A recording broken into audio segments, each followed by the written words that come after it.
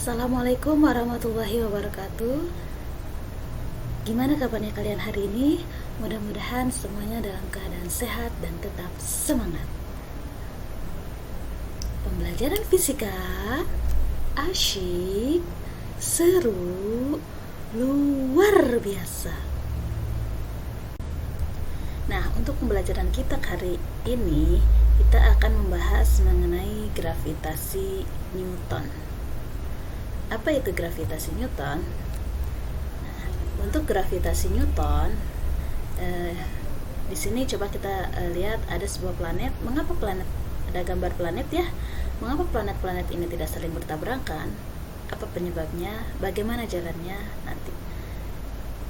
Dan ada gambar lain di sini, ada sebuah buah yang jatuh dari pohonnya. Bagaimana gerakan buah ini? Kemana buah tersebut bisa jatuh? Arahnya itu kemana? Nah, nanti kita akan pelajarinya mengapa hal itu bisa terjadi. Nah, untuk tujuan pembelajaran kita hari ini, yang pertama kalian di sini nanti bisa menjelaskan hukum Newton tentang gravitasi, memahami konsep terjadinya gaya gravitasi pada suatu benda yang berinteraksi, memahami konsep medan gravitasi yang terjadi pada suatu titik benda, serta menganalisis gerak planet dalam tata surya berdasarkan hukum Kepler. Oke, kita bahas dulu mengenai gaya gravitasi. Apa itu gaya gravitasi?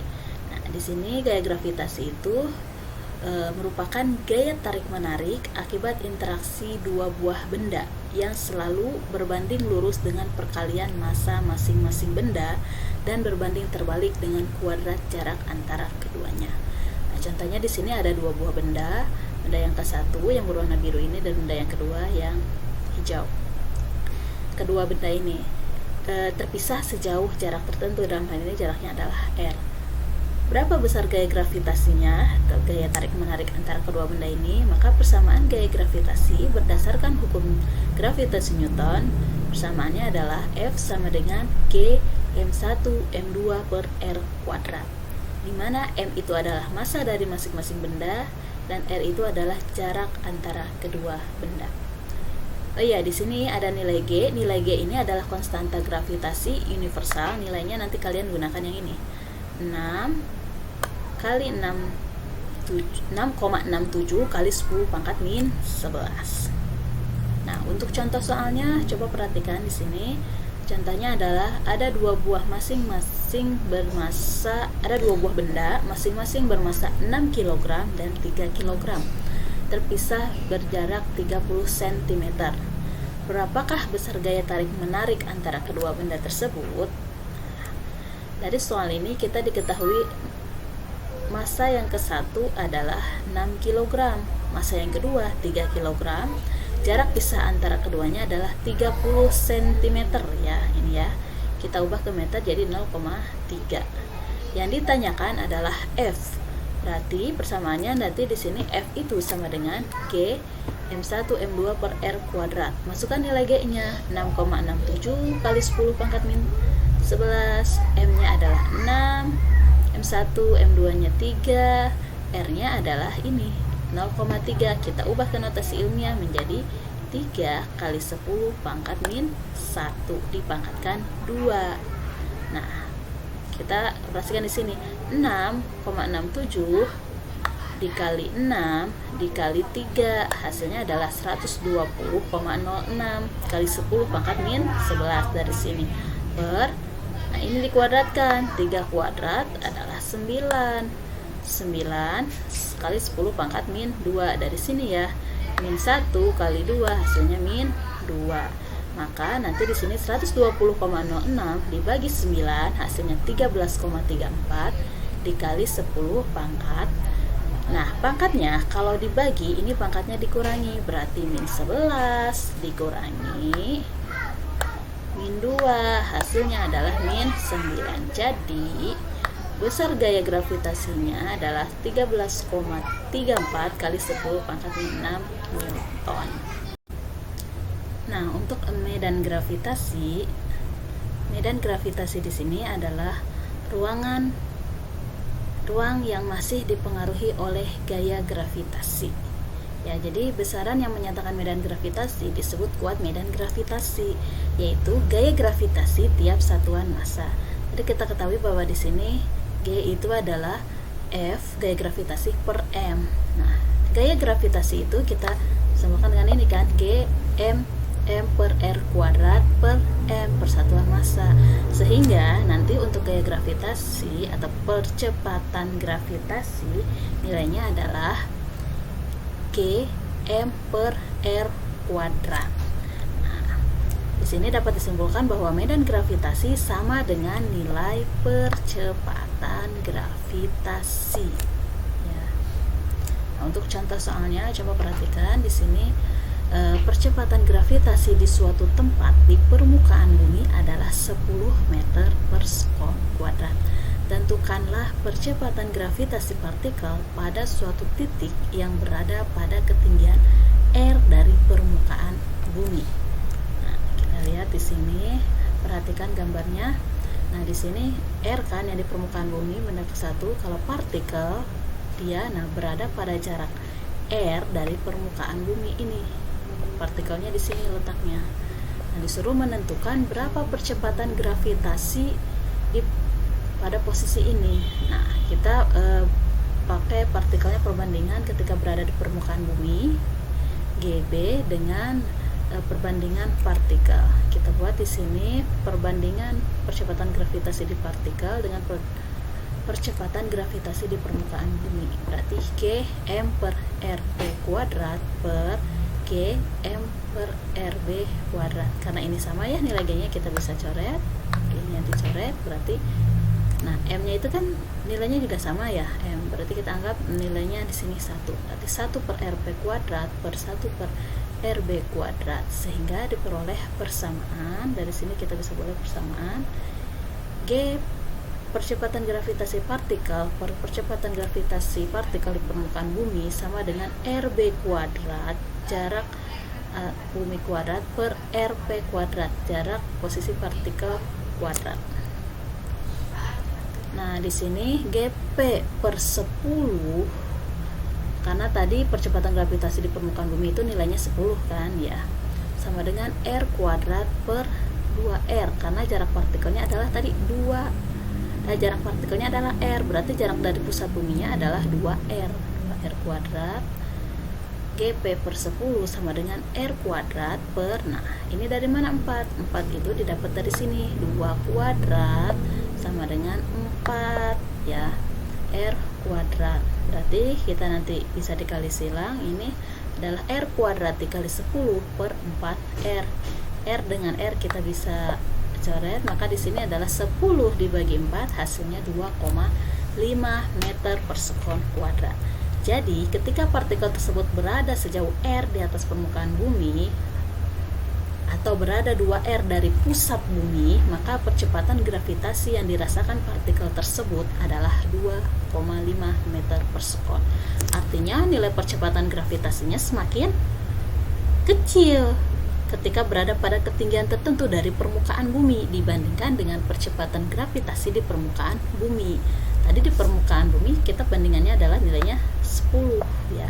Kalau di sini 2,5, lebih kecil.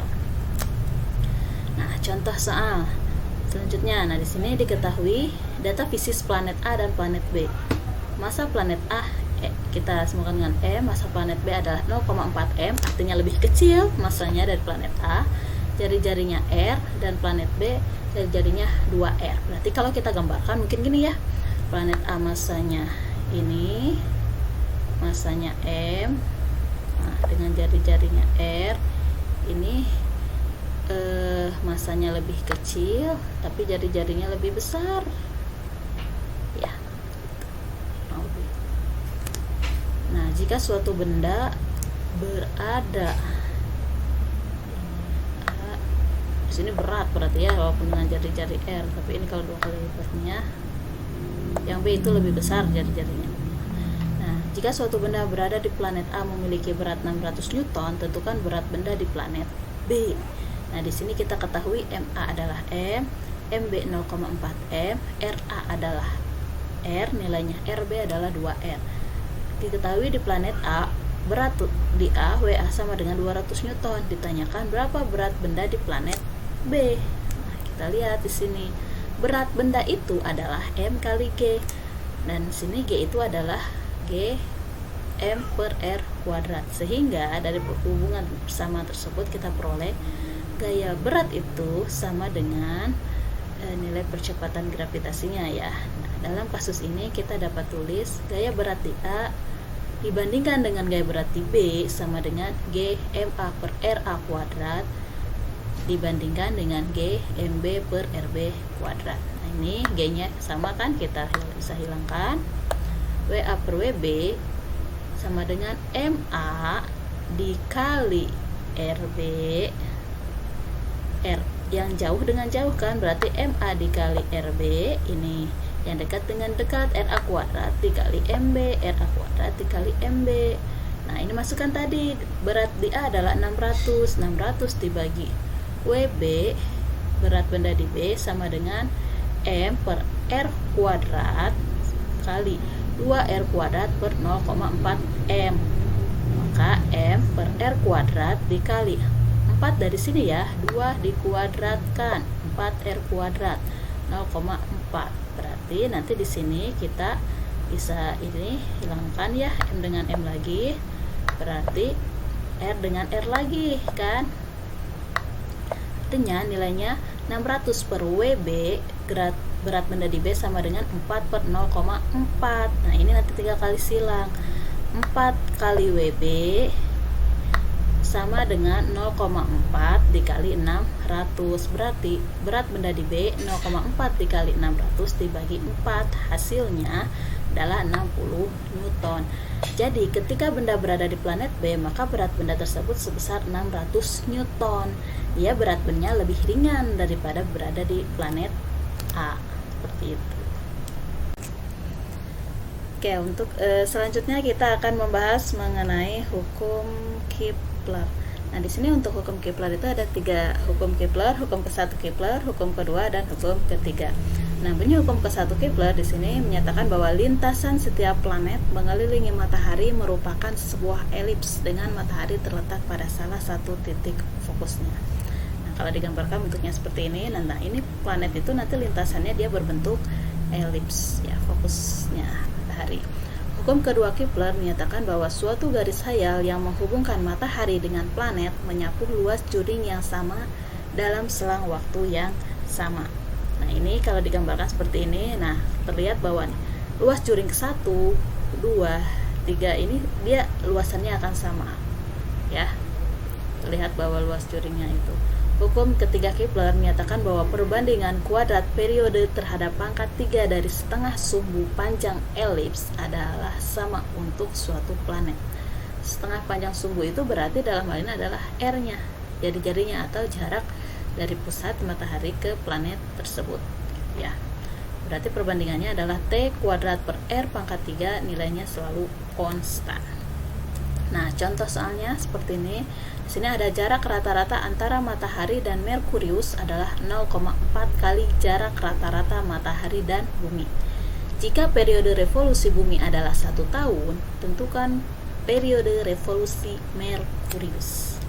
Nah, pembahasannya diketahui RMM. Dia perbandingannya radius Merkurius adalah 0,4 radius bumi ya kan. TMB jarak periodenya bumi itu adalah 1 tahun. Yang ditanyakan periode revolusi Merkurius mengelilingi matahari, berarti TMM. Nah, dengan menerapkan hukum 3 Kepler, kita peroleh bahwa T pangkat 2 per R pangkat 3 nilainya selalu konstan. Artinya di sini T pangkat 2 Merkurius dibagi dengan R pangkat 3 Merkurius sama dengan T pangkat 2 bumi ya, ini bumi, T pangkat 2 Merkurius dibagi R pangkat 3 Merkurius. Nah, tadi TMB itu adalah 1 tahun, berarti 1 per R pangkat 3 MB sama dengan T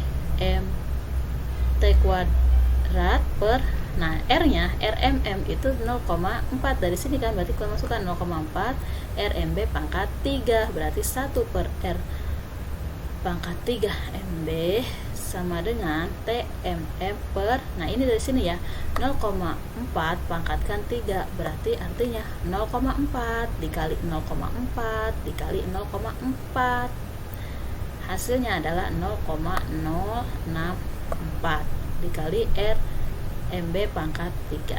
Ini kita nanti tinggal dikali silang, T pangkat 2 mm dikali R MB pangkat 3, ini nilainya berarti sama kan, kita bisa hilangkan.